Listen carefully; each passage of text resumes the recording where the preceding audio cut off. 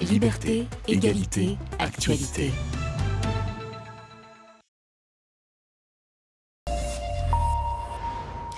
Bonjour à vous, bienvenue si vous nous rejoignez sur France 24, édition spéciale ce matin dans Parlons-en sur ce verdict, ce procès pour l'histoire, celui des viols dits de Mazan, avec cette première déclaration de la Cour. Dominique Pellicot déclaré coupable de viol aggravé sur son ex-épouse Gisèle. L'épilogue d'un procès pour l'histoire en France, je vous le disais, comme dans le reste du monde. Le verdict des peines sera rendu dans les prochaines minutes, mais par-delà ces peines, que va-t-il nous rester de ce procès, de cette affaire hors norme qui rebat les cartes des luttes contre les violences faites aux femmes? Avant de réfléchir à changer la loi, comment changer collectivement notre regard sur le viol? Ce sont les questions que nous nous poserons aujourd'hui dans Parlons-en avec Maître Négard, Aéry, Elsa Labouré, Valérie Ray, Robert et Marie Schuster en direct d'Avignon. Bonjour à toutes et à tous, merci d'être avec nous. Et on va tout de suite retrouver Marie Schuster devant le palais de justice. Bonjour à vous. Marie, quelles sont les premières déclarations de la Cour ? Bien, le président de la Cour élabore d'abord les motifs pour l'ensemble des accusés à toutes les questions auxquelles la Cour a dû répondre. Le président de la Cour a répondu oui, autrement dit, Dominique Pellicot est déclaré coupable de tous les chefs d'accusation qui étaient portés contre lui. Autrement dit, Dominique Pellicot est déclaré coupable de viol aggravé sur Gisèle Pellicot, également de viol aggravé sur Sylvia Maréchal, la femme de Jean-Pierre Maréchal, qui est considéré dans ce procès le disciple de Dominique Pellicot. Dominique Pellicot qui a également été reconnu coupable par la Cour des délits connexes, à savoir l'enregistrement et la diffusion des vidéos de Gisèle Pellicot, ainsi que l'enregistrement à caractère pornographique des photos de sa fille Caroline Dorian et de ses belle-fille. Gisèle Pellicot est entrée dans la salle un petit peu avant le verdict. Elle est avec l'ensemble de sa famille. Ses enfants sont présents. L'émotion est très vive dans cette salle. Gisèle Pellicot a longuement embrassé ses enfants. Caroline Dorian, elle, s'est assise un peu à l'écart. Elle pleurait avant l'énoncé du verdict. Dominique Pellicot, quant à lui, avait le visage fermé également dans la salle. Une trentaine de membres des familles des 50 co-accusés qui, eux aussi, pleuraient avant même l'énoncé du verdict. En ce moment, le président de la Cour continue d'égrener les motivations et essaye d'expliquer pourquoi certains sont coupables et d'autres seront acquittés de certains délits connexes. Lesquels, justement, avez-vous des précisions sur les peines encourues par les autres accusés ? Eh bien, le ministère public avait prononcé contre eux la recommandation de 4 à 18 ans de prison pour les 50 co-accusés de Dominique Pellicot. Certains sont déjà reconnus coupables, à l'instar de Jean-Pierre Maréchal, qui a été reconnu coupable de tous les chefs d'inculpation qui lui étaient reprochés, là encore, à savoir le viol aggravé sur sa compagne Sylvia Maréchal, ainsi que la soumission chimique, puis le viol, les tentatives de viol sur Gisèle Pellicot. D'autres ont été reconnus coupables également de viol aggravé sur Gisèle Pellicot. Certains des accusés qui avaient plaidé le manque d'intention de violer, eh bien, le président de la Cour a déclaré que cette intention était bien reconnue par la Cour, et de là, eh bien, le président de la Cour a expliqué qu'ils étaient reconnus coupables de viol aggravé. Pour certains, des viols aggravés en réunion. En revanche, certains délits connexes n'ont pas été retenus à l'encontre de certains accusés, comme la détention d'images pédopornographiques. Les peines seront énoncées à l'issue de ces motivations par le président de la Cour un peu plus tard au courant de cette journée. Et on vous retrouvera pour suivre l'énoncé de ces peines au cours de la matinée et de la journée. Marie Schuster, merci à vous. Maître Negar Haeri, bonjour. Bonjour. Vous avez été notamment l'avocate de la famille de Shaina Hansi, poignardée, brûlée vive à l'âge de 15 ans. C'était en 2019, à l'aube de l'énoncé de ces peines et à la lumière de ces premiers verdicts qui sont tombés. Que faut-il attendre? Quel est l'enjeu de ces peines, de ces verdicts? Mais je pense que l'enjeu, en fait, c'est pas les peines, parce qu'on se doutait que Dominique Pellicot ainsi que les 50 autres accusés allaient être condamnés. Je pense que l'enjeu, c'est tout ce qu'on va faire de cette histoire. C'est-à-dire que ça marque probablement un point très important dans l'histoire de la lutte féministe. On ne pourra pas dire qu'on ne savait pas. C'est-à-dire que le viol conjugal, jusqu'à maintenant, on savait que ça existait, mais on n'en avait pas eu une illustration aussi forte. Moi, je me souviens d'une phrase que j'avais lue, d'une citation de l'un des accusés qui disait « C'est un viol, mais je ne suis pas un violeur ». Et c'est sur cette phrase et sur ce qu'elle dit de ce qu'il croyait, sur ce qu'il avait fait, qu'il faut réfléchir. Mais est-ce qu'on peut en attendre malgré tout, en espérer du moins une sorte de jurisprudence sociétale de ces peines? Moi, je suis toujours pessimiste, c'est-à-dire que c'est pas une affaire aussi médiatique soit-elle qui fait changer les mentalités. Il faut faire un travail individuel de réflexion. Nous qui sommes avocats ou qui travaillons sur ces dossiers, on a le temps d'y réfléchir, mais il faudrait que ce travail-là soit fait par tous les individus. Le viol, c'est l'expression sexuelle d'un rapport de domination. C'est pas une pulsion, c'est pas l'expression d'une pulsion sexuelle, c'est pas ça. Et une fois qu'on aura compris ça, on pourra peut-être essayer d'avancer. Mais tout le travail reste à faire.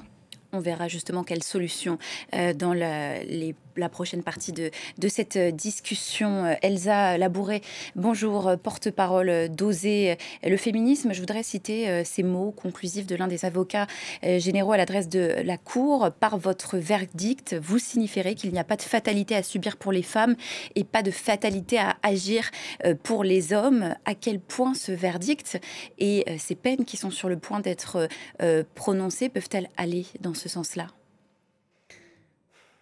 Là où, alors je suis tout à fait d'accord avec vous, maître, l'impact de ce procès, il sera ce qu'on en fera, vraiment. Et du coup, c'est pas juste cette jurisprudence qui suffira. Le gros problème, enfin, il y a énormément de problèmes, mais la grosse question dans le cas des violences sexuelles, c'est l'impunité. Et à partir du moment où les hommes savent qu'ils vont s'en tirer, et c'est le cas dans 99% des cas, ils vont continuer à exercer ce rapport de domination. Et là, on a quand même quelque chose qui envoie un message quand même à beaucoup d'agresseurs, je l'espère, on l'espère. Après, le fait est que dans la façon dont l'affaire s'est passée, la façon dont elle a été médiatisée, il y a eu quand même quelques éléments où on peut encore évoluer beaucoup en tant que société sur la façon dont on regarde les agresseurs. À savoir, beaucoup d'attention qui a été portée aux violences qu'ils auraient vécues dans l'enfance, alors qu'il n'y a pas de corrélation, il n'y a pas de vraie corrélation. C'est pas parce qu'on a vécu des violences qu'on devient agresseur, c'est beaucoup plus complexe que ça. C'est le patriarcat qui crée les agresseurs. Et il n'y a peut-être pas de fatalité, mais il y a besoin d'une transformation de la société. C'est plus énorme qu'on le croit encore. C'est justement le sens de l'une des tribunes, Valérie Robert, que vous avez signée dans Le Monde, dans laquelle vous rappelez, je cite, que présenter les accusés comme des victimes de la pornographie ou de leur sexualité contribue à la culture du viol.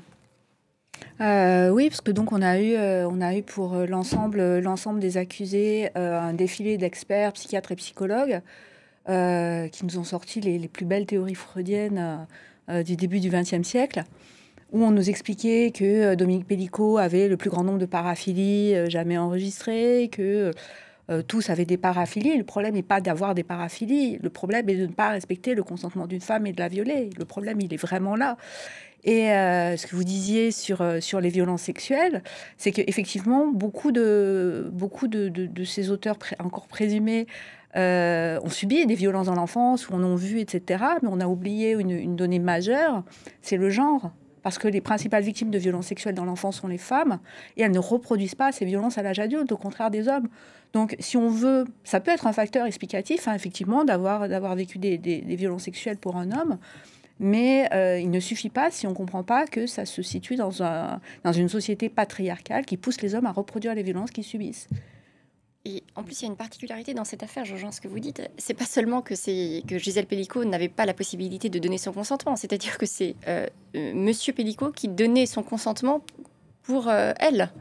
C'est quand même incroyable. Lorraine de Fouché, dans son article du Monde, le tout premier, avant même que cette affaire soit à ce point-là médiatisée, parlait de l'usufruit du corps de la femme qui était à la disposition de l'homme. L'assignation à la disponibilité. C'est quand même très intéressant. C'est-à-dire que l'autorisation est donnée par le mari. Donc il faut vraiment se pencher sur ce que ça signifie. Et à ce stade, quel débat peut-on avoir sur le sens de la peine? Peuvent-elles même être à la hauteur de ce qu'on a vu, de ce qu'on a entendu autour de ce procès?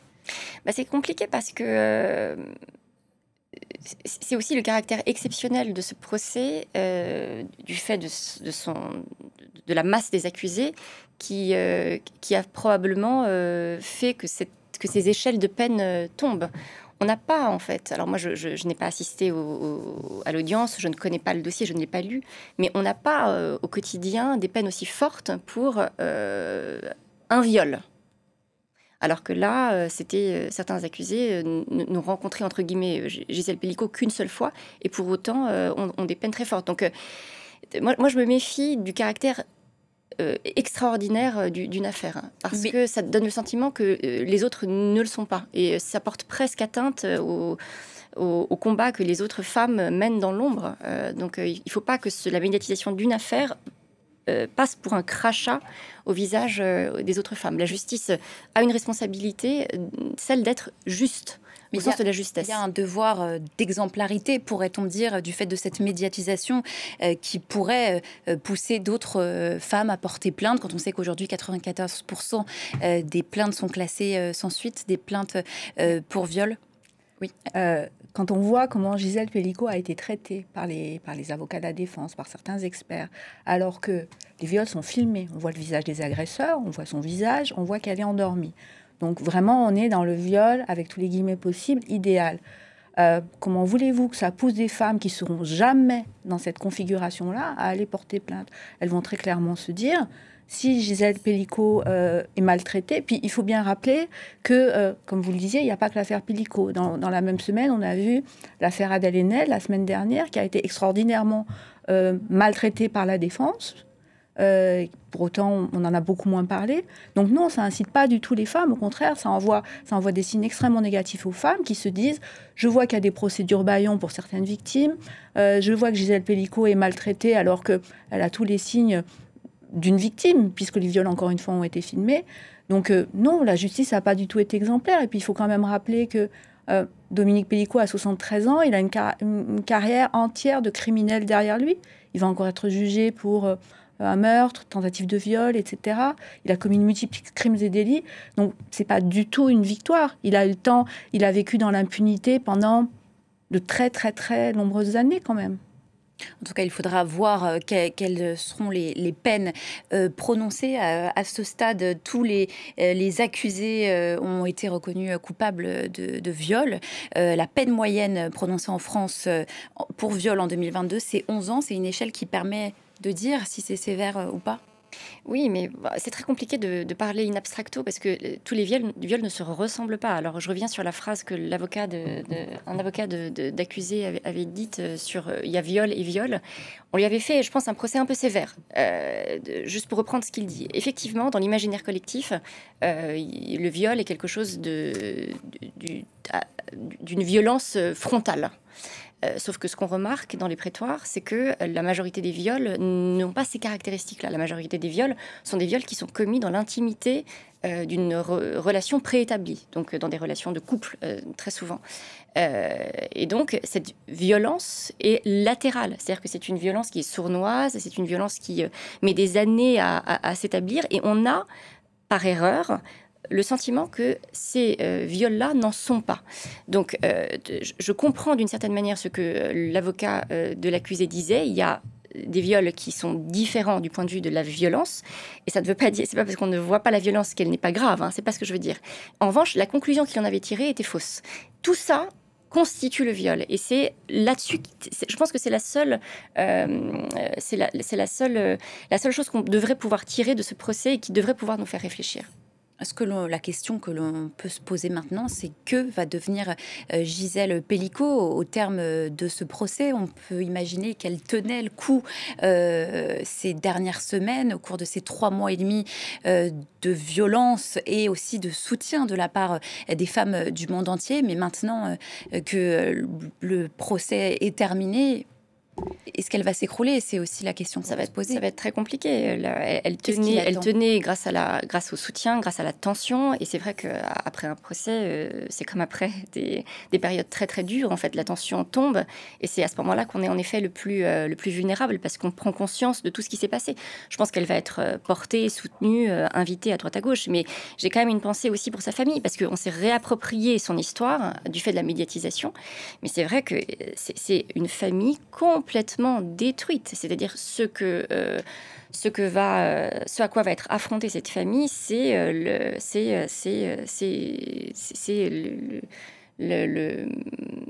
l'écroulement en fait de leur structure familiale. Et ça va être très difficile, je pense, d'en sortir. Elsa labourait sur la suite, sur l'après. Comment Gisèle Pelicot peut-elle tenir à la fin de ce procès? Je sais pas trop quoi vous dire, parce que c'est son choix. En fait, ce sera à elle de voir comment elle se sentira. Moi, je pense que j'ai bien aimé ce que vous avez dit toutes les deux sur le fait de pas trop glamouriser en fait cette affaire, et de pas en faire quelque chose de magnifique.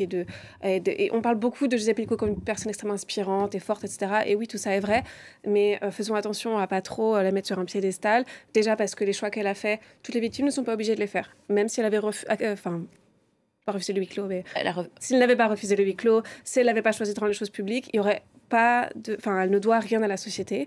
C'est énorme ce qu'elle a fait, mais ne créons pas une nouvelle... un nouveau standard de comportement pour les victimes. En fait, les victimes ne doivent rien à la société. Elles peuvent se gérer les choses comme elles le sentent.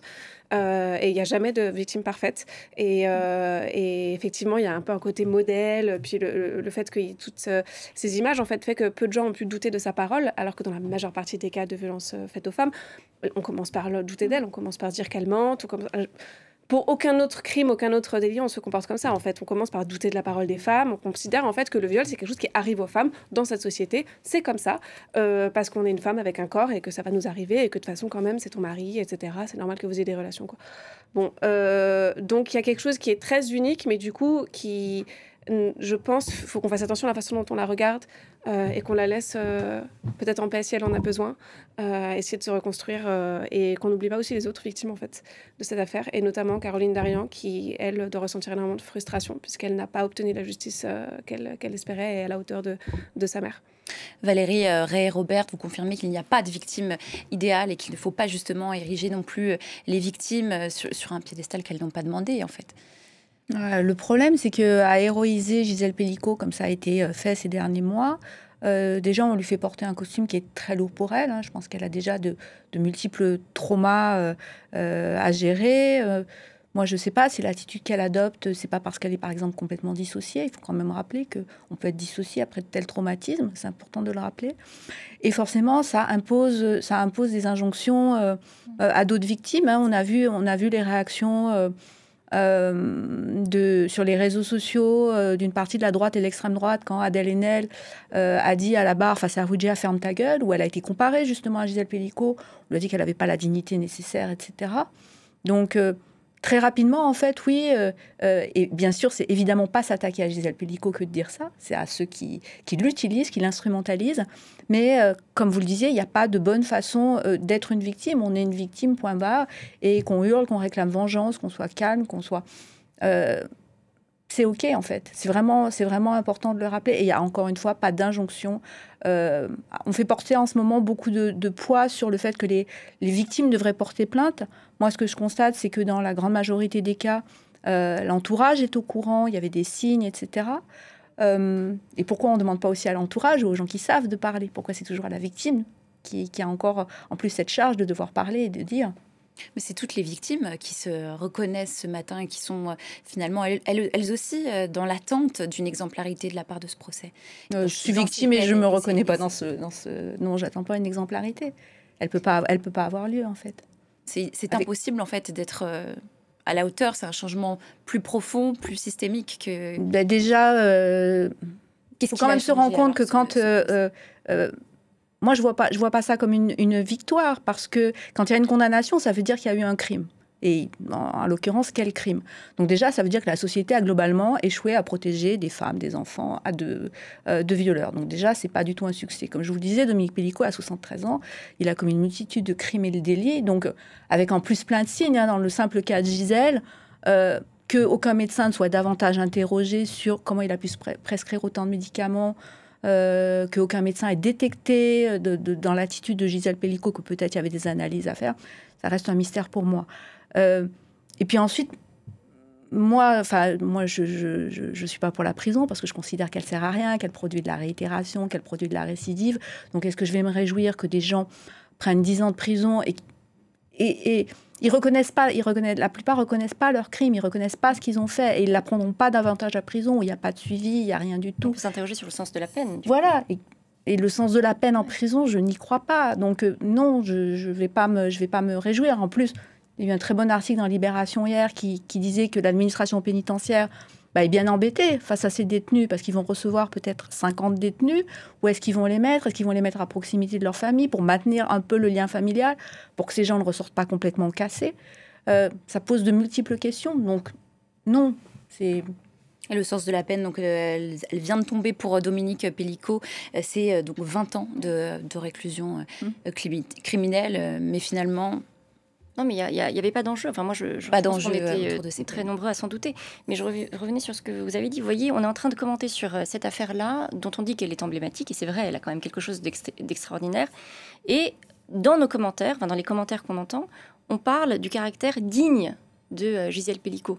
Et c'est vrai, en fait, comparer... moi, j'avais pas pensé à ça, mais certains ont comparé, en effet, Adèle Haenel et Gisèle Pellicot. Mais rien que dans les commentaires qu'on fait sur cette affaire, qui est supposée nous rendre un peu moins ignorants des violences faites aux femmes, tout à coup, en imposant à une victime un certain caractère, on s'approprie le comportement qu'elle devrait avoir. Donc, ne serait-ce que dans nos comportements, de cette affaire emblématique qu'on considère comme étant extraordinaire, on reproduit cette idée que ce que la femme, le comportement qu'une femme doit avoir, c'est un comportement qu'on devrait lui imposer. Vous voyez, on est nous-mêmes la preuve que, en temps réel, on ne comprend pas forcément comment les choses se passent. C'est une nouvelle injonction, en fait, finalement. Oui, et on fait une erreur, en fait, en considérant vraiment que cette affaire est extraordinaire. Il y a des choses qui sont peut-être assez uniques, c'est particulièrement le caractère choquant, massif. Mais voilà, il y a quand même quelque chose de peut-être particulièrement sordide, particulièrement choquant, etc.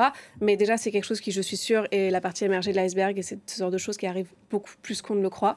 Et puis, les violences sexuelles, c'est massif. C'est, oh là là, 50 hommes, mais beaucoup plus que 50 hommes. C'est des millions et des millions, en fait. Trouver 50 hommes facilement dans sa région, comme ça, c'est choquant. Mais en même temps, moi, je ne suis pas surprise, en fait, parce que la réalité du patriarcat, c'est ça.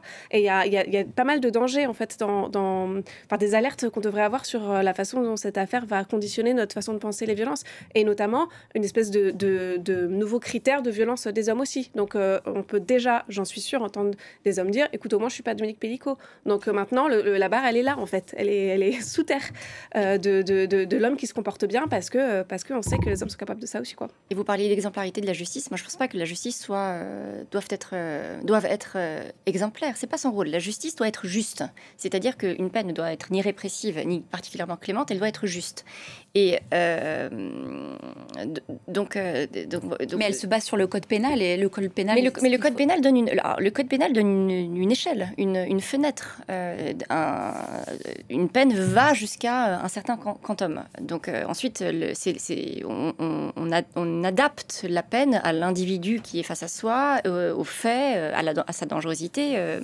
Voilà. Mais il ne faudrait pas non plus que la justice se dise « attention, vous voyez, nous avons agi, nous avons condamné très fortement, et du coup se désinvestissent ou se désintéressent des autres cas ». Il faudrait que la justice soit juste pour tout le monde de la même manière. Et là-dedans, qu'elle n'oublie pas les cas les moins médiatisés avec des victimes, entre guillemets, plus fragiles que que Gisèle Pelicot. Et on va retrouver Marie Schuster devant le palais de justice d'Avignon, notre envoyée spéciale sur place. Marie Schuster qui a suivi ce procès depuis le début pour France 24. Bonjour, rebonjour à vous Marie Schuster. L'ensemble des accusés ont donc été reconnus coupables. Il n'y a eu aucun acquittement et Dominique Pelicot a été condamné à la peine maximale de 20 ans de prison. Finalement, c'était les peines attendues. Oui, tout à fait. Sans surprise, Dominique Pelicot a été condamné à 20 ans de réclusion criminelle, une peine assortie d'une peine de sûreté aux 2/3 et puis un réexamen psychologique de son cas sera fait à l'issue de cette peine pour savoir s'il est besoin d'émettre contre lui une rétention de sûreté. Dominique Pelicot qui est également officiellement maintenant inscrit au fichier des criminels sexuels. Dominique Pelicot a été reconnu coupable de tous les faits qui lui avaient été reprochés, à savoir le viol aggravé sur sa femme Gisèle Pelicot, également viol aggravé sur Sylvia Maréchal, la femme de celui qu'on a appelé le disciple de Dominique Pelicot, Jean-Pierre Maréchal. Il a été également reconnu coupable de tous les délits connexes à ces viols, à savoir la diffusion et puis l'enregistrement d'images à caractère pornographique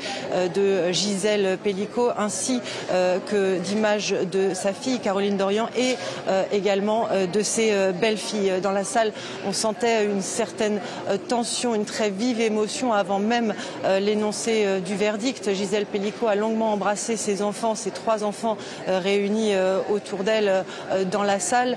Caroline Dorian, sa fille, a pleuré même avant l'énoncé du verdict et pendant bien que le président de la Cour égrenait les motivations et les peines qu'il donnait aux différents accusés, aux 51 accusés de ce procès, bien Gisèle Pelicot regardait fixement chacun des accusés dans le box. Gisèle Pelicot qui devrait prendre la parole pour réagir à ces différentes peines. Pour les 50 co-accusés, les peines ne sont pas moins fortes puisque jusqu'ici, le président de la Cour a réclamé 12 ans de prison à l'encontre de Jean-Pierre Maréchal, ce qui est un petit peu en dessous des réquisitions du ministère public. Jean-Pierre Maréchal, qui, je vous le rappelle, était le disciple de Dominique Pelicot, qui a été condamné également pour le viol aggravé sur sa femme Sylvia.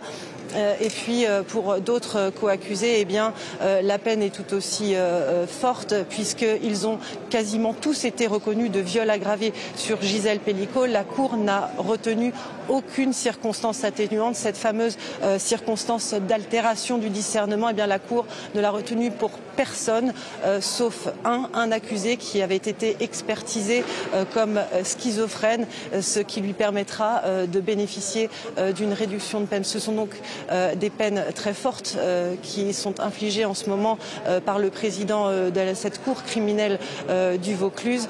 Chacun des 51 accusés dans le box est globalement reconnu coupable. Certains accusés sont condamnés à des peines de prison sans mandat de dépôt, donc ils ressortent libres, Marie Schuster, si je comprends bien. C'est le cas notamment de Jacques C.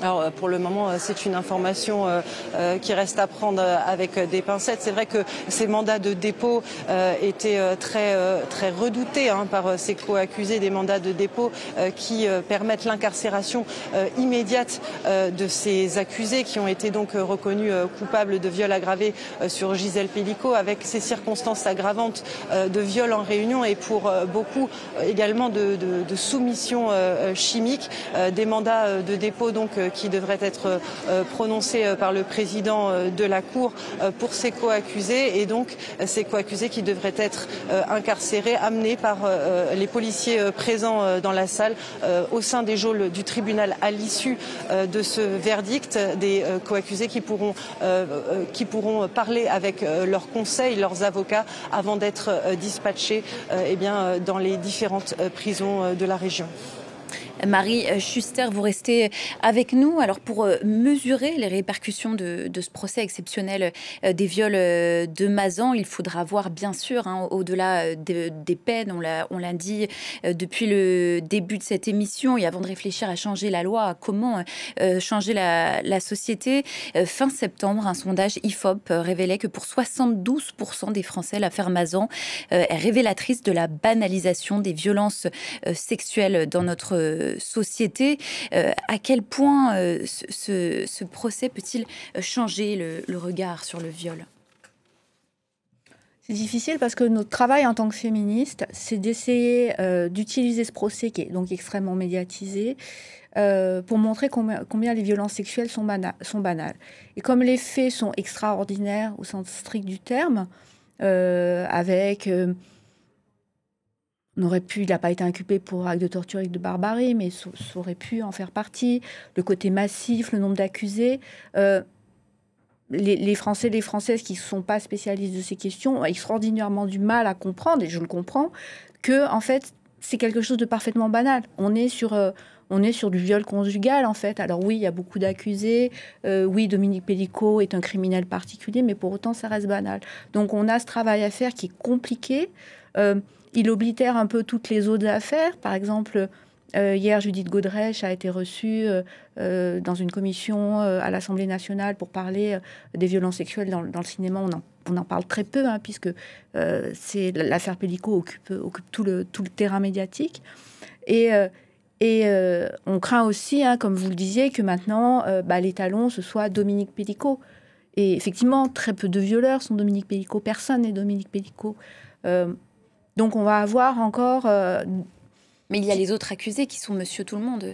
Alors déjà, Monsieur Tout-le-Monde, je pense que c'est difficile de faire de 50 personnes des Messieurs Tout-le-Monde. On en a qui ont des parcours extrêmement compliqués, qui ont vécu des violences absolument atroces. On en a un qui souffre d'un trouble mental. Donc je pense que c'est... Qu'est-ce qu'un Monsieur Tout-le-Monde, en fait ? Je pense qu'il faudrait peut-être revenir là-dessus, déjà dans un premier temps. Mais je pense que ce qui est compliqué, si vous voulez, c'est qu'à chaque fois, en tant que féministe, on a l'espoir. Lorsqu'il y avait eu les viols au 36, donc des policiers du 36 qui étaient accusés de viol sur une touriste canadienne, il y avait eu un réquisitoire qui franchement allait dans le sens d'une réflexion féministe. Et il y avait une condamnation, et 2 ans après, il y a eu un non-lieu. Donc chaque fois, on a l'impression qu'on avance et puis on fait des pas en arrière. En plus, on est quand même dans une époque politique qui est compliquée, avec les Français et Françaises qui ont voté massivement pour le Front National en juin dernier. Donc penser que dans cette situation-là politique, les droits des femmes sont une question prioritaire, que les Français s'y intéressent, ça me semble je suis sans doute un peu pessimiste, mais je crois que j'ai de quoi aussi l'être. Mais cette affaire, elle a malgré tout poussé la société à se regarder dans le miroir. Et quant à la question de Monsieur Tout-le-Monde, je pense notamment à la phrase d'Adèle Haenel, les monstres n'existent pas. Elle rappelle que la figure du monstre est aussi dangereuse à mobiliser. Elle laisse sous-entendre justement que le violeur est une sorte d'ineptie, une sorte de bug du système, alors que nous, en fait, le violeur, c'est le système. C'est ça que ça dit, en fait. Ouais, tout à fait. C'est un peu comme ça que je le comprends aussi. Alors après, il peut y avoir des parcours individuels, mais justement, je pense que ce qu'on peut reconnaître, c'est le seul point commun de ces hommes, c'est que c'est des hommes. Et ça, c'est vraiment le point commun de 99% des agresseurs sexuels. C'est effectivement quelque chose de... Enfin, c'est le patriarcat, j'en reparle. Mais c'est la masculinité l'agression sexuelle fait partie de la construction de la masculinité. Et encore une fois, c'est pas un problème, c'est pas un bug, ça fait partie du code, quoi. Et donc, on a trop tendance à pathologiser, à dire « Ah, mais c'est parce qu'il a vécu des violences, c'est parce qu'il a des soucis psychologiques. » J'ai réagi quand on a dit « Évaluation psychologique de Dominique Pellicot, qu'est-ce que ça va nous apprendre ?» C'était un homme qui disait qu'il aimait sa femme d'amour, mais qu'il a dit quand même qu'il avait besoin de la soumettre. C'était ça sa motivation principale. En plus du fait de créer sa propre pornographie, voilà. Enfin, il y a quelque chose de ah, quand même, c'est choquant, cet homme avait l'air normal, et en fait, c'est un agresseur et c'est un monstre. Non, c'est parce que l'agression sexuelle est normale dans la société, dans le sens où c'est quelque chose qui est tellement intégré. Il n'y a pas besoin d'être quelqu'un de malade ou de fou pour commettre des actes de violence sexistes en particulier, en fait. Ça fait vraiment partie de la construction de la masculinité. Et ça, c'est vraiment quelque chose qu'il faut qu'on commence à reconnaître.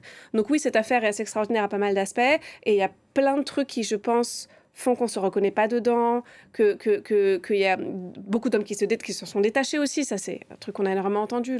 Tous les hommes ne sont pas comme ça, #NotAllMen, etc. Ok, mais si, en fait. Les hommes font partie du problème. Tous les hommes font partie du problème. Tous les hommes bénéficient à minima de ce système-là, de système qui va créer des Dominique Pellicot pour ensuite, eux, ils se disent, moi, je te frappe pas, et que du coup, on se contente de si peu pour notamment nos partenaires, mais pas seulement. Et puis, le monde ne se divise pas entre les hommes horribles et les hommes parfaits qui font tout bien et qui, du coup, ne sont pas comme ça. Non.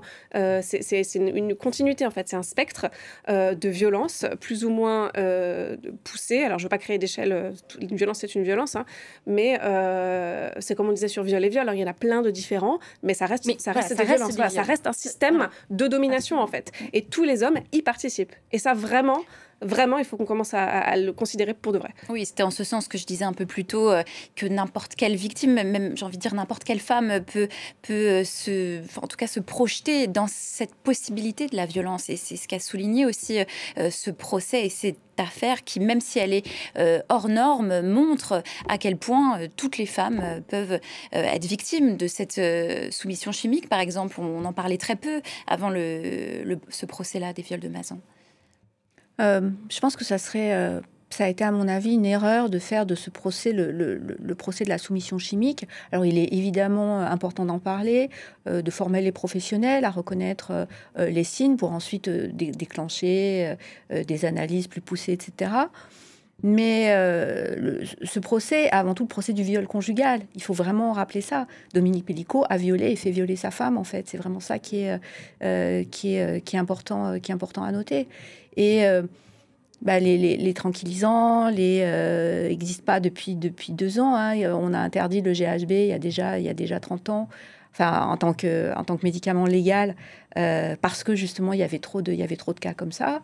Et j'ai des amis avocates qui me disent que des cas où des hommes ont violé leur compagne qui étaient sous médicaments, elle en voit quand même fréquemment. Donc non, c'est pas l'exception. Il y a beaucoup de cas comme ça. En fait, ce qu'il faudrait dire, c'était d'ailleurs le terme de la vice-procureure qui avait appelé la cour criminelle du Vaucluse à signifier, je cite, que le viol ordinaire n'existe pas, que le viol accidentel ou involontaire n'existe pas. En fait, ça rejoint ce que je voulais vous répondre, c'est que si le viol d'ordinaire n'existe pas, en revanche, c'est un crime de l'ordinaire, c'est-à-dire que c'est un crime de masse. Bien sûr, tout à fait. Et c'est en ce sens-là que ce procès met en évidence ce crime de masse et la possibilité de cette violence qui s'exerce dans la société pour les femmes. Il y a sans doute une piste à avoir avec quelqu'un qui travaille qui est un sociologue qui travaille auprès des auteurs de violences sexuelles. Et il travaille aussi sur la radicalisation terroriste. Et il expliquait que donc il faut, comme vous le disiez tout à l'heure, dépsychiatriser l'idée du criminel sexuel, parce qu'à l'heure actuelle, qu'est-ce qu'on propose aux auteurs de violences sexuelles? C'est des soins psy, alors qu'il y a plus de l'éducation à mener pour éviter qu'ils réitèrent, qu'ils récidivent. Et il comparait ça donc avec l'engrenage sectaire, avec l'engrenage dans une organisation terroriste, parce qu'il dit que dans le cas de quelqu'un qui est embrigadé dans une organisation terroriste, on ne va pas le psychiatriser. Au contraire, on va lui proposer un désendoctrinement, on va lui proposer de l'éducation, etc., puisqu'il faut bien le faire revenir en arrière. Et le viol pourrait être envisagé comme ça. C'est une piste de réflexion d'envisager le viol comme un crime terroriste, parce que c'est au fond ce qui fait aux femmes. Les femmes vivent plus ou moins toutes sous la menace d'être violées, donc on va modifier notre comportement, nos attitudes, nos sorties, nos comportements avec les hommes pour ne pas l'être. Et donc, quelque part, c'est exactement la définition du terroriste.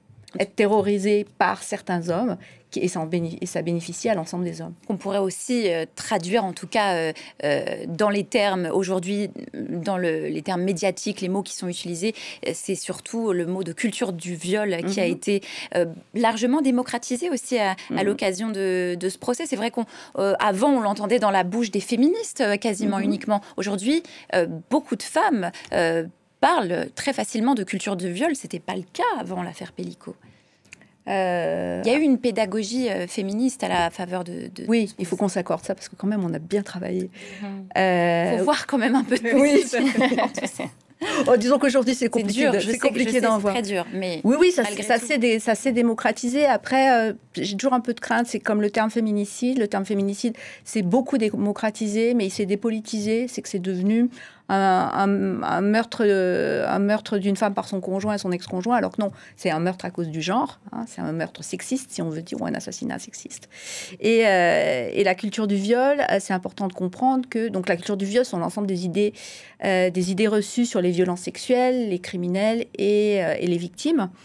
Et qu'on peut participer à la culture du viol, et on participe en général à la culture du viol sans être un auteur soi-même. Comment, justement ? Typiquement, lorsqu'on est un expert psychiatre et qu'on fatalise le viol en expliquant qu'anthropologiquement, les hommes violent, on participe à la culture du viol. Lorsqu'on dit que oui, avoir le consentement du mari à défaut de la femme, on participe à la culture du viol. Ça, c'était lorsqu'on dit qu'il y a viol et viol, alors, même si je comprends votre raisonnement, on participe à la culture. Oui, c'est très mal. La manière de le dire est absolument maladroite. Voilà, tout à fait. Et ça veut pas pour autant dire qu'on est un violeur, ça veut juste dire qu'on véhicule des idées reçues sur le viol et qu'on retrouve ça dans la loi, dans le langage, dans la culture populaire, dans la défense de certains politiques d'accusés célèbres comme Depardieu par exemple, qui visiblement bénéficient du soutien de politiques extrêmement haut placés. Voilà, c'est ça la culture du viol. Si je peux réagir, ça revient à ce que disait, du coup, vous citiez un des accusés qui avait dit c'est un viol, mais je ne suis pas un violeur. Et ça, c'est quelque chose qu'il faut vraiment, vraiment reconnaître aussi, c'est que je pense que la plupart des violeurs ne diront pas je suis un violeur. Alors, il y a peut-être qui le diront.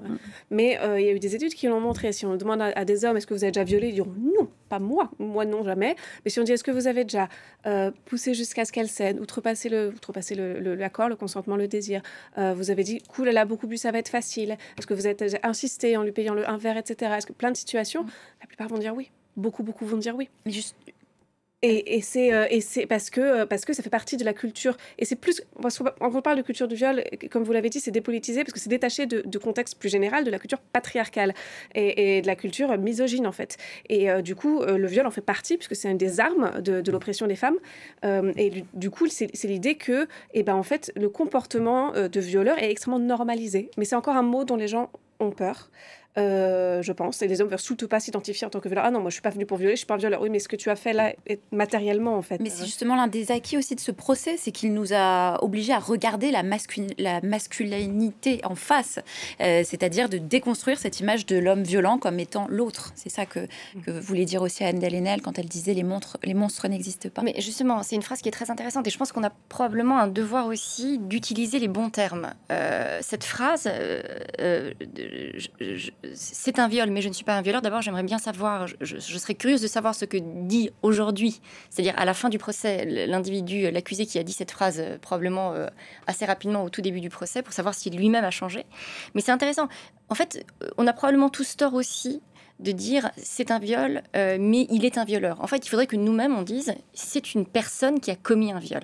C'est-à-dire il faut qu'on admette que une personne ne se réduit pas au crime qu'on lui impute ou au crime qu'il a commis. Et c'est très important parce que c'est ça qui fera qu'on comprendra que ceux qui commettent des crimes ne sont pas entièrement des monstres. C'est-à-dire que ce ne sont pas des hommes d'une altérité absolue. On peut pas les essentialiser. On peut pas les essentialiser. Et voilà. En revanche, il faut leur expliquer et faire preuve de pédagogie. Moi, il y a quelque chose qui m'inquiète dans ce procès, c'est que effectivement tous ont plaidé l'acquittement et c'est leur droit. Hein. Mais j'aimerais bien savoir dans quelle mesure ils ont compris les actes, mais profondément compris les actes qu'on leur reprochait. Ça veut dire quoi, violer ?